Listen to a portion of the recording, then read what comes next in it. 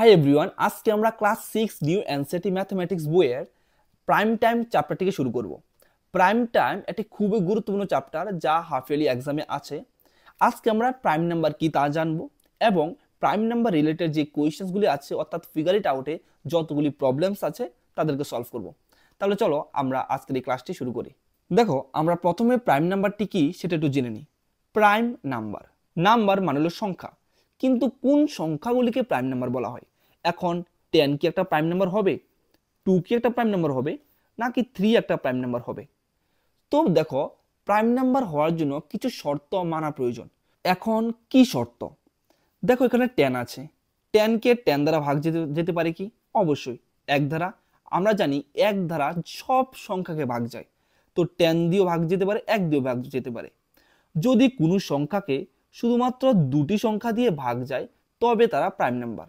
এবার তোমাদের প্রশ্ন আসবে যে 10 কে তো 2 দ্বারাও ভাগ যায়, এমনকি 5 দ্বারাও ভাগ যায়, তাহলে এটি প্রাইম নাম্বার।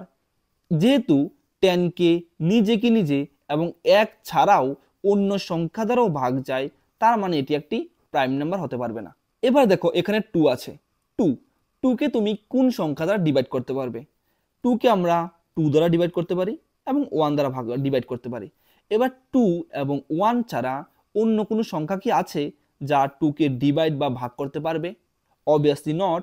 সো আমরা বলতে পারি যেহেতু 2 কে 2 এবং 1 অর্থাৎ নিজেকে সে নিজে এবং এক দ্বারাই শুধুমাত্র ভাগ করা যেতে পারে অর্থাৎ ডিভাইড করা যেতে পারে, তো এটি একটি প্রাইম নাম্বারের ক্রাইটেরিয়া পূরণ করে, অর্থাৎ এটি একটি প্রাইম নাম্বার। সেম দেখতে পারো 3 কে অর্থাৎ 3 কে আমরা শুধুমাত্র 3 এবং 1 দ্বারাই ভাগ করতে পারি অর্থাৎ ডিভাইড করতে পারি, সো এটিও একটি কি নাম্বার হবে? Prime number. এবার আমি 4 সংখ্যাটিকে নিই। দেখো, 4 কে আমরা 4 দ্বারা ভাগ করতে পারি, 1 দ্বারাও ভাগ করতে পারি, এমনকি 2 দ্বারাও ভাগ করতে পারি। যেহেতু আমরা দেখে ফেলেছি সে নিজেকে নিজে তো ভাগ করবেই এবং 1 দ্বারাও ভাগ যেতে পারে, কিন্তু যখনই অন্য কোনো সংখ্যা দ্বারা ওই সংখ্যাটি ভাগ যাবে তার মানে এই সংখ্যাটি তোমার প্রাইম নাম্বার আর হতে পারবে না। সো এটা হলো গিয়ে প্রাইম নাম্বার হওয়ার শর্ত, যে সে শুধুমাত্র নিজেকে নিজে এবং 1 দ্বারাই ভাগ করে, মানে ভাগ যায় অর্থাৎ ডিভাইড হয়। ঠিক আছে, আমরা সবাই বইয়ের মধ্যে এই টেবিলটি দেখতে পাই। এই টেবিলটি হলো প্রাইম নাম্বারের টেবিল। 1 থেকে শুরু করে 100 অবধি কোন কোন নাম্বারগুলি প্রাইম নাম্বার তা আমরা দেখতে পাই। এবার আমরা এই টেবিলটি থেকে দেখে দেখে কিছু অঙ্ক করব। খুবই সুন্দর এবং সহজভাবে বুঝবো এবং প্রত্যেকটা উত্তরই আমরা একটা টেবিল দেখে দেখে সব কমপ্লিট করব। তাহলে চলো আমরা প্রথম প্রশ্ন দিকে তাকাই। বলেছে we see that 2 is a prime and also on even number. ঠিক আছে, মানে বলেছে 2 হলো গিয়ে একটি প্রাইম নাম্বার এবং তার সাথে একটি ইভেন নাম্বারও। Is there any other even prime number? দেখো, আমরা সবাই জানি ইভেন নাম্বার কোনগুলি, যেগুলি 2, 4, 6 অ্যান্ড 8, অর্থাৎ যেগুলিকে আমরা 2 দ্বারা ভাগ করতে পারি। ওই প্রত্যেকটা সংখ্যাই হলো গিয়ে তোমার ইভেন নাম্বার। এবার তোমরা এই টেবিলটাকে দেখো, এখানে লক্ষ্য করো এখানে কি কোনো এমন নাম্বার আছে যেগুলি প্রাইম কিন্তু ইভেন নাম্বার 2 ছাড়া? Obviously no, so answer is no. দ্বিতীয় প্রশ্ন হলো গিয়ে look at the list of prime till 100, অর্থাৎ তোমাকে বলেছে টেবিলটা দেখতে 100 অবধি। What is the smallest difference between 2 successive primes?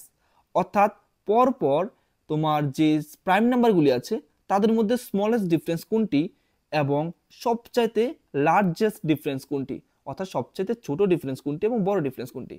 আবার সেম আমরা যদি এই বক্সটা দেখি, বক্সটাতে আমরা দেখতে পাচ্ছি 2 এবং 3, অর্থাৎ দুটি সাকসেসিভ প্রাইমস যাদের মধ্যে গ্যাপ হলো গিয়ে মাত্র 1, তাহলে স্মলেস্ট ডিফারেন্স কত? স্মলেস্ট ডিফারেন্স হবে ইজ 1। সেম লার্জেস্ট বক্সটাই তুমি দেখতে পাচ্ছ, সো এটা হলো গিয়ে তোমার দ্বিতীয় number answer. Are there any equal number of primes occurring every row. এবার আমরা আবার এই বক্সটাতে দেখবো এবং প্রত্যেকটা রোকে দেখবো। রো মানে হলো কি এগুলি, ঠিক আছে? সো অর্থাৎ এই লাইনগুলিকে আমরা রো বলি। আর there any equal number of primes occurring every row in the table on the previous page, অর্থাৎ আমরা আগের পেজে যে টেবিলটা দেখেছি প্রত্যেকটা রতে কি সমান পরিমাণ প্রাইম নাম্বার আছে? অ্যান্সার হলো গিয়ে নো। আমরা তা দেখেছি, প্রথম রোতে আছে 4টা, দ্বিতীয় রোতে আছে 4টা, কিন্তু পরবর্তী রোগুলিতে কি 4টা করে আছে? No, so answer is no. Which decades have the least number of primes, অর্থাৎ সবচাইতে কম প্রাইম নাম্বার আছে কোন ডিকেটসগুলি। ডিকেটস মানে হলো গিয়ে তোমার 1 থেকে 10 অবধি, 11 থেকে 20 অবধি, সেম 21 থেকে 30 অবধি, এমনভাবে। ডিকেটস মানে প্রত্যেক 10 ঘর অন্তর অন্তর, ঠিক আছে। অর্থাৎ 1 থেকে 10-এর মধ্যে এবং 11 থেকে 20-এর মধ্যে সবচেয়ে কম পরিমাণ প্রাইম নাম্বার কোন ডিকেটসের মধ্যে আছে। তাহলে আমাদের উত্তর হবে 91 থেকে 100 অবধি। 91 থেকে 100 decades have the least prime numbers. Same প্রশ্ন হলো গিয়ে which have the most number of primes, সবচেয়ে বেশি আছে। 1 to 10 and 11 to 20 have the most prime numbers। বুঝেছি? ঠিক আছে। তারপর এবার খুবই সহজ একটি প্রশ্ন বলেছে which of the following numbers are the prime. এখানে কোনগুলি প্রাইম নাম্বারস।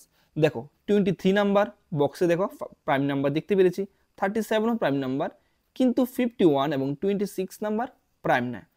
23 and 37। এবার খুবই একটি ইন্টারেস্টিং অঙ্ক দিয়েছে, বলেছে রাইট 3 পেয়ার, 3 জোড়া অফ প্রাইম নাম্বার লেখো, 3 জোড়া প্রাইম নাম্বার লিখো যেগুলি তোমার 20 থেকে ছোট, লেস দেন 20, হুজ সাম, অর্থাৎ এবং ওই জোড়াগুলিকে যোগ করলে তোমার 5 এর মাল্টিপল হবে, অর্থাৎ 5 দ্বারা ভাগ যাবে, অর্থাৎ ডিভাইড হবে। তো প্রথমটা হবে কি তোমার 2 and 3, 7 and 3 এবং 13 and 2। এবার দেখো 2 and 3 সাম করলে হবে 5, অর্থাৎ 5 কে তো 5 দ্বারা ভাগ যাবে। 7 and 3 সাম করলে হবে 10 এবং 10 কে আমরা 5 দ্বারা ভাগ যায়। 13 এবং 2 অ্যাড করলে তোমার হবে 15 এবং 15 কে আমরা 5 দ্বারা ভাগ যায়, অর্থাৎ এই তিন জোড়া প্রাইম নাম্বারকে তুমি যদি যোগ করো তাহলে তারা 5 এর মাল্টিপল হবে। এবার দেখো বলছে the number 13 and 31 are prime, তা আমরা জানি। Both this number have same digit, অর্থাৎ 1 3 এবং 31 এর মধ্যে সেম ডিজিট আছে, 3 3 1 1 সেম ডিজিট। বলেছে find such pair of prime numbers up to 100, অর্থাৎ 100 এর মধ্যে এমন আর কত জোড়া প্রাইম নাম্বার তুমি খুঁজতে পারো। তুমি বক্সটাতে লক্ষ্য করো, এখানে আমরা দেখতে পাচ্ছি 17 আছে, 17 and 71, তারপর 37 and 73, তারপর 79 and 97। এই তিন জোড়া প্রাইম নাম্বারস দেখো, এখানে 1 আছে, 1 আছে, 7 আছে, 7 আছে, 3 3 7 7 7 7 9 9, যেগুলোকে আমরা প্যালিন্ড্রোমিক নাম্বারও বলি। আমরা শিখেছিলাম একদম প্রথম চ্যাপ্টারে প্যালিন্ড্রোমিক নাম্বার, অর্থাৎ প্যালিন্ড্রোম নাম্বার। এবার বলেছে find 7 consecutive composite numbers between 1 and 100, অর্থাৎ এমন 7টা নাম্বার যেগুলি একের পর এক আসবে এবং তাদের মধ্যে কোনো প্রাইম নাম্বার অর্থাৎ মৌলিক সংখ্যা হবে না। তো আমরা 1 and 100 এর বক্সটা যদি দেখি, অর্থাৎ প্রাইম নাম্বারের বক্সটা যদি দেখি, তাহলে আমরা খুবই ক্লিয়ারলি দেখতে পাবো যেখানে 90, 91, 92, 93, 94, 95 and 96, এখানে 1 2 3 4 5 6 7 নাম্বার, অর্থাৎ এখানে এই সবগুলি কি, এই সবগুলি কনজারভেটিভ নাম্বারস, যে কম্পোজিট নাম্বারস যেগুলির মধ্যে কোনো মৌলিক সংখ্যা অর্থাৎ প্রাইম নাম্বার নেই। Twin primes are pair of primes having a difference of 2, for example 3 and 5 are twin, ঠিক আছে।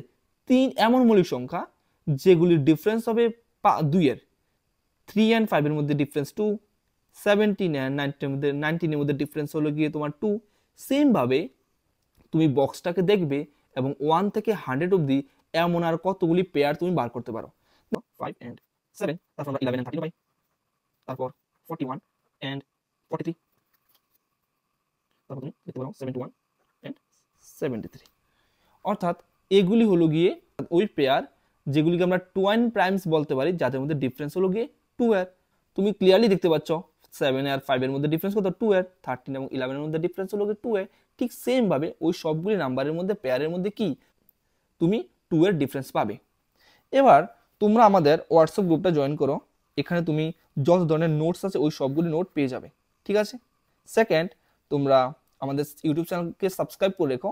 আমি ওই চ্যানেলের মধ্যে যত সাবজেক্ট আছে, সায়েন্স, ম্যাথামেটিক্স, জিওগ্রাফি, হিস্ট্রি অর্থাৎ সোশ্যাল সায়েন্স এবং ইংরেজিও তোমাদের আপলোড করার চেষ্টা করব, যেখানে প্রত্যেকটা ক্লাসের সবগুলি নোটস এবং দেওয়ার চেষ্টা করব আমাদের গ্রুপের মাধ্যমে, এবং সবগুলি ক্লাসকে কন্টিনিউয়াসলি সুন্দরভাবে আপলোড করা হবে ইউটিউব চ্যানেলের মধ্যে।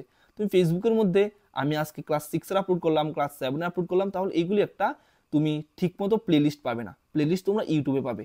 তো আমাদের ইউটিউব চ্যানেলকে সাবস্ক্রাইব করে ফেলো, আমি লিঙ্ক দিয়ে দেবো, ঠিক আছে? সো দেখা হচ্ছে পরবর্তী ভিডিওতে। আশা করি তোমরা বুঝতে পেরেছো, এবং আমি এই অঙ্কগুলিকে একটু ফাস্ট করিয়েছি আমি জানি, তারপরও আশা করি তোমরা বুঝতে পেরেছো। না বুঝলে আবার ভিডিওটিকে তোমরা একটু রিভাইন্ড করে ভিডিওটিকে দেখার চেষ্টা করো, তাহলে আশা করি তোমরা এই ক্লাসটি খুব ভালোভাবে বুঝতে পারবে। থ্যাংক ইউ সো মাচ, দেখা হচ্ছে পরবর্তী ভিডিওতে।